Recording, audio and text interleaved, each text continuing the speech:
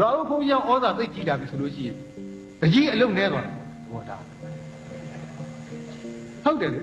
ရောဘုန်းကြီးဩဇာရှိတဲ့ကဟိုကောင်လေးဘာကြောင့်တပည့်တွေလည်းသိများသူကရှေးခေတ်မော်နာစတီပေါ့ကျွန်တော်ဘုန်းကြီးပြည်ရေးစနစ်ကအဲ့လိုသွားတာဟိုကောင်လာသားဆိုအဲ့ဒီကောင်လေးငယ်ကောင်လေးကနိုင်နေအရက်တယ်ပြီးတောက်နေသေတယ်ပြီးတောက်နေဆိုအဲ့ဒီကောင်မပြောတော့ဟိုကောင်သူ့အဖေက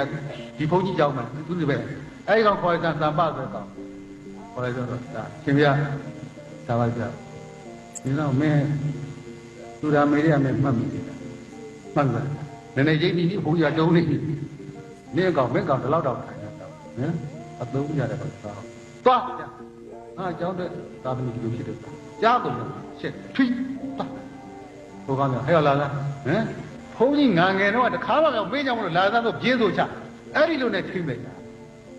ထိမ့်တဲ့ခါကျတကြီးကသေအိုးလဲဖမ်းနေကြမှာပေါ့ဒါကြောင့်မလို့ဘုန်းကြီးစောင့်ရှောက်တာတကြီးစောင့်ရှောက်တာလည်းပိုးပြီးတော့